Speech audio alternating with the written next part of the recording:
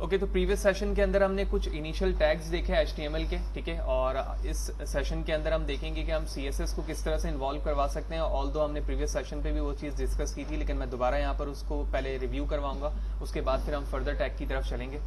तो इस वक्त एक home.html के नाम से टैग मौजूद है और डिफ़ॉल्ट तौर पर ये HTML5 पर नहीं आता, लिहाजा इस चीज़ को हम यहाँ से डिलीट करके HTML5 टैग में कन्वर्ट करते हैं, doc type and then HTML। और इस वक्त यहाँ पर मुझे नेम स्पेस की ज़रूरत नहीं है, ये XML NS लिखा हुआ है, यानी ये नेम स्पेस है। अपकमिंग सेशन पे हम जब आगे जाएंगे तो XML पढ़ेंगे तो वहाँ पर ये बात हमें समझ में आएगी कि XML क्या है और उसके नेम स्पेस को क्यों इस्तेमाल किया जाता है, इसकी कोई ज़रूरत नहीं है। टाइटल पे यहाँ लिखा हुआ है एंड टाइटल, तो मैं यहाँ पर लिख देता हूँ होम पेज, ठीक है। आप कोई भी मीनिंगफुल वर्ड लिख सकते हैं अपने टाइटल के अंदर। और उसके बाद मैं बॉडी के टैग के अंदर आकर H1 का टैग बना लेता हूँ और यहाँ लिखता हूँ welcome to home page, that's it. अब मुझे सबसे पहले CSS को समझना है कि CSS का इस्तेमाल क्यों किया जाता है। CSS का इस्तेमाल इसलिए किया जाता है कि आप अपने पेज को कलरफुल और बाज़ दफ़ा उसी टूल को यानी उसी CSS को इस्तेमाल करते हुए आप एनिमेशन भी क्रिएट करवा रहे होते हैं। लेकिन नॉर्मली हम CS को सिर्फ और सिर्फ स्टाइलिंग के लिए इस्तेमाल कर रहे होते हैं। CSS stand for cascading style sheet. 3 तरीके हैं ऐड करवाने के आपके HTML पेज में, इंटरनल, एक्सटर्नल एंड इनलाइन। तो सबसे पहले हम क्या करते हैं, एक्सटर्नल व्यू देखते हैं। तो जिस फोल्डर के अंदर मैं काम कर रहा हूँ, इस फोल्डर पे आने के बाद मैं एक फाइल क्रिएट करता हूँ CSS की और इसे नाम देता हूँ होम CSS.css, ठीक है। होम CSS मैंने नाम रखा है, .css इसका एक्सटेंशन है। 2 टाइम डबल क्लिक किया और उसके बाद होम पर वापस आऊँगा। यहाँ से जो CSS की फाइल थी हमारी, मैं इसे डायरेक्टली ड्रॉप करूंगा हेड के टैग के अंदर, लेकिन टाइटल के बाहर। मैंने यहाँ पर ड्रॉप कर दिया और एंटर प्रेस करके सेपरेटली यहाँ पर शो कर लेता हूँ। तो यहाँ पर अब इसका लिंक क्रिएट हो चुका है कि इस होम पेज को पता चल चुका है कि इसका जो रिलेशन है वो एक CSS फाइल के साथ है जिसका नाम है होम CSS, और वो कहाँ पर मौजूद है, वो उसी फोल्डर में मौजूद है जहाँ पर मेरा होम का पेज मौजूद है। लिहाजा ये करने के बाद मैं डायरेक्टली H1 का टैग यहाँ मौजूद है, मैं CSS पर आता हूँ और इस टैग का नाम लिखूंगा और उसके बाद कर्ली ब्रैकेट ओपन क्लोज करूंगा। अगर ये इंटेलिजेंस यानी जो नीचे ऑप्शन शो हो रहे हैं ये ना हो रहा हो तो कंट्रोल के साथ आप स्पेस प्रेस करेंगे तो भी ये शो हो जाएगा। लिहाजा मैं यहाँ पर अप्लाई करता हूँ कलर कॉलन रेड, ठीक है। कंट्रोल एस करता हूँ, अपने होम पेज पर आता हूँ, कंट्रोल एस करता हूँ। उसके बाद यहाँ से आप जो भी ब्राउज़र चूज़ करना चाह रहे हैं आप वो ब्राउज़र लें और उस पर रन कर दें। तो अगर आपका कोड बिल्कुल सही है और पैटर्न सही यूज़ किया है तो सक्सेसफुली आपका प्रोग्राम लोड होगा और उसका कलर रेड हो जाएगा जिसमें आपने कलर रेड अप्लाई किया है, विच मीन H1 पे। यस, तो सक्सेसफुली ये कलर रेड में कन्वर्ट हो चुका है।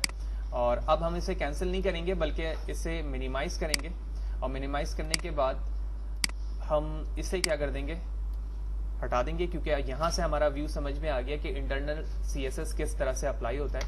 इसका काम खत्म हो गया, लिहाजा होम पर वापस आता हूँ और अब मैं एक्सटर्नल CSS अप्लाई करने लगा हूँ, यानी अपने होम पे रहते हुए इन साइड पर CSS को किस तरह से अप्लाई किया जा सकता है। अभी मैं आउटर पेज पर कर रहा था, यानी एक सेपरेट फाइल पर। तो अब मैं एक टैग बनाऊंगा स्टाइल के नाम से। तो स्टाइल के नाम से टैग ओपन किया, क्लोज किया और यहाँ पर आकर बिल्कुल वैसे ही काम करूंगा जैसे अभी मैं सेपरेट फाइल पे कर रहा था। H1 का टैग ओपन क्लोज किया, कलर लिखा रेड, या फिर हम अभी चेंज कर देते हैं क्योंकि रेड ऑलरेडी है, ग्रीन। कंट्रोल एस करता हूँ और ब्राउज़र पे आऊँगा जो कि ऑलरेडी ओपन हुआ था, इसे रिफ्रेश करूँगा F5 प्रेस करके।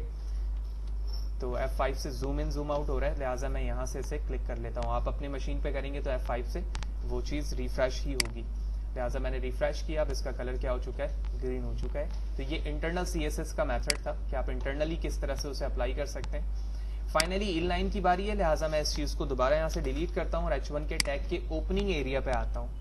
वाज़ेह रहे, जब भी आप कोई HTML का एट्रीब्यूट लगाओ या CSS की कोई प्रॉपर्टी अप्लाई करो तो आप ओपनिंग टैग के अंदर अप्लाई करते हैं। तो लिहाजा इंटरनली के बाद मैं इनलाइन पर आने के लिए टैग के अंदर आया हूँ, स्टाइल लिखा, equal sign, inverted comma, start.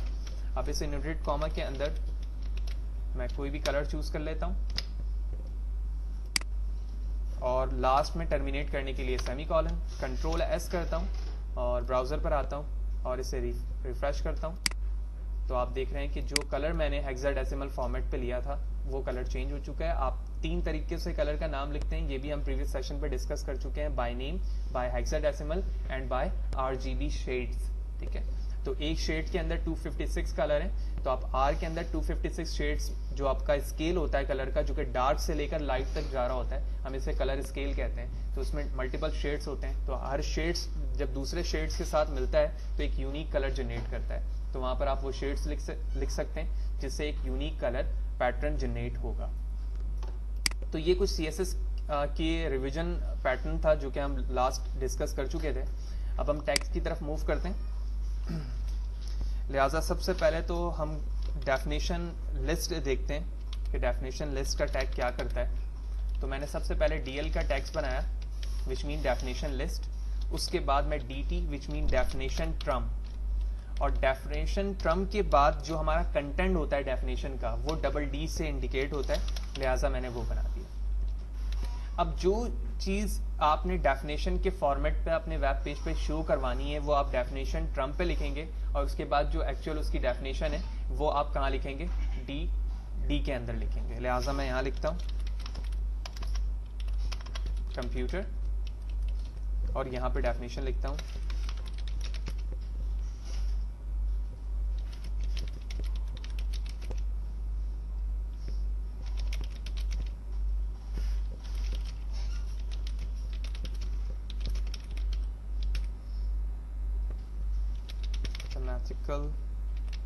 operation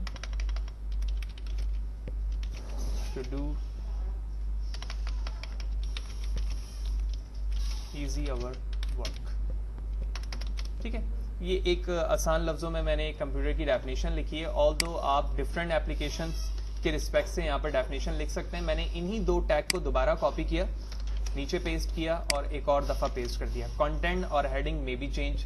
ठीक है, लिहाजा ये करने के बाद मैंने Ctrl+S किया, अपने वेब ब्राउजर पे वापस आया और मैंने अपने पेज को रिफ्रेश करना है। तो मैंने पेज को रिफ्रेश किया तो आप देख रहे हैं कि इसका जो व्यू दिख रहा है आपको बिल्कुल वो हेडिंग के फॉर्मेट पे दिख रहा है, जो नॉर्मली आप जब भी अपने कॉपी या फिर नोटबुक के अंदर लिख रहे होते हैं तो आपकी हेडिंग होती है। हेडिंग के बाद आप जो लेफ्ट साइड से इंटेंट का स्पेस देते हैं और उसके बाद वो कंटेंट लिखा हुआ आ रहा होता है जो आप लिख रहे होते हैं। तो मजीद इसको मीनिंगफुल बनाने के लिए हम हेडिंग के बाद यहाँ पर कॉलन यूज करते हैं, तो मैं कॉलन भी लिख लेता हूँ। Ctrl+S करता हूँ, वेब ब्राउजर पे वापस आते हैं, रिफ्रेश करते हैं, तो अब आप देख रहे हैं कि बिल्कुल मीनिंगफुल फॉर्मेट के अंदर ये चीज़ लिखी हुई आ रही है। और सो ऑन, जिस तरह से डेफिनेशन का कंटेंट बढ़ेगा उतना ही वो एरिया कवर करेगा, एंड सो ऑन ये चीज़ें चलती रहेंगी। अगर एक डेफिनेशन लिखनी है तो आप एक ही लिखें, एक से ज़्यादा लिखनी है तो मल्टीपल आप क्या करेंगे, DT एंड डी बनाएंगे। ठीक है, मजीद मीनिंगफुल टैग्स और देखते हैं कि हम HTML पे यूज़ करते हुए मजीद क्या चीज़ें जनरेट कर सकते हैं। इसमें से एक अहम चीज़ होता है हमारा एंकर का टैग। तो एंकर का टैग क्या करता है, एक का टैग मैंने ओपन क्लोज किया। अब इस एंकर के टैग के जरिए हम तीन चीजें नॉर्मली जनरेट कर रहे होते हैं। एक तो किसी वेबसाइट पर अगर रीडायरेक्ट होना है तो वो करते हैं। इसी तरह अगर आप एक ईमेल किसी को सेंड करना चाह रहे हैं तो उसके लिए भी आप एंकर यूज करते हैं। और इसी तरह इंटरनली एक पेज से दूसरे पेज पर अगर जाना चाह रहे हैं तो भी आप एंकर का टैग यूज करते हैं। तो सबसे पहले तो हम ये देखते हैं कि हम वेबसाइट को किसी दूसरे किस तरह से एक्सेस करते हैं। लिहाजा ए के ओपनिंग टैग के अंदर मैं HTML का एक एट्रीब्यूट लिखूंगा href, और इसे यहाँ से ब्राउज करने के बाद आप कोई भी वेबसाइट का एड्रेस बता सकते हैं। लिहाजा मैं अपने वेब ब्राउजर पे चलता हूँ और यहाँ पर हम पहले गूगल लेते हैं।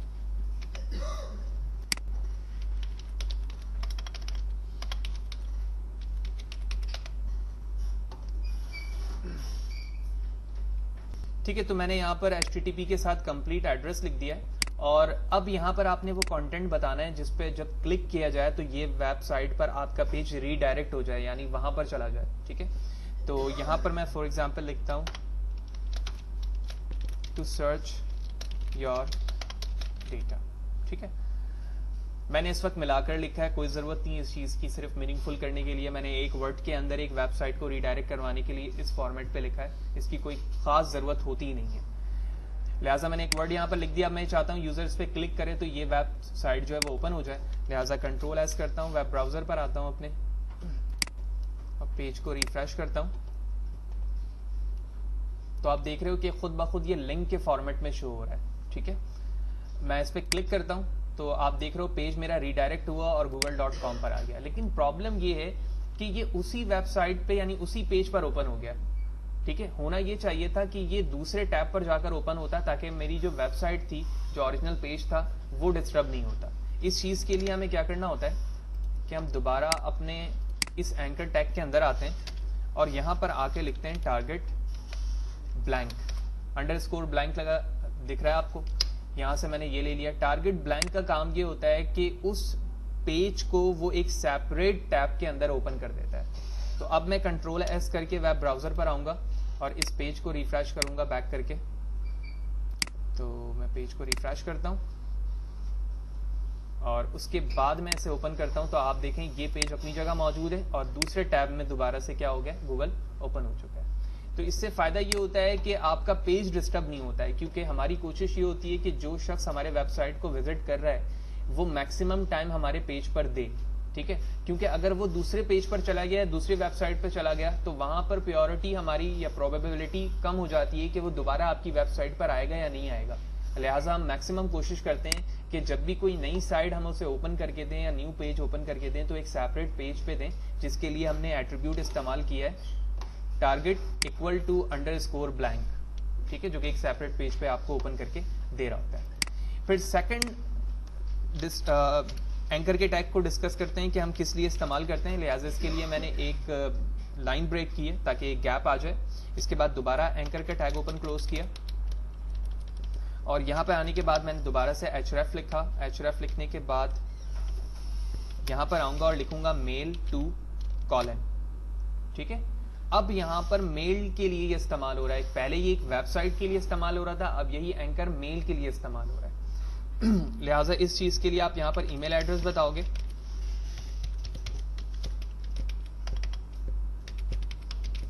ओके, और उसके बाद लिखता हूं मेल एस। तो नॉर्मली आप अगर अपनी वेबसाइट पर किसी दूसरे यूजर को यह बताना चाहते हो कि भाई अगर आप हमें मेल करना चाहते हो तो इस मेल अस के नाम से जो कंटेंट लिखा हुआ है इस पे क्लिक करो तो मेल का ऑप्शन खुद फर्दर एक्टिव हो जाएगा और वहां से आप मेल कर पाएंगे। तो इसी एंकर टैग को अब मैं किसके लिए इस्तेमाल कर रहा हूं, मेल के लिए। ये एट्रीब्यूट है मेल टू का और उसके बाद ये ईमेल का एड्रेस है मेरा, या जो भी आप एड्रेस यहाँ लिखेंगे, और उसके बाद ये वो कंटेंट है जिसपे क्लिक करने के बाद यूजर रिडायरेक्ट होगा उस तरफ। तो कंट्रोल एस करता हूं, वेब ब्राउजर पे चलता हूं, पेज रिफ्रेश करता हूं तो मेल एस इस पे क्लिक किया मैंने।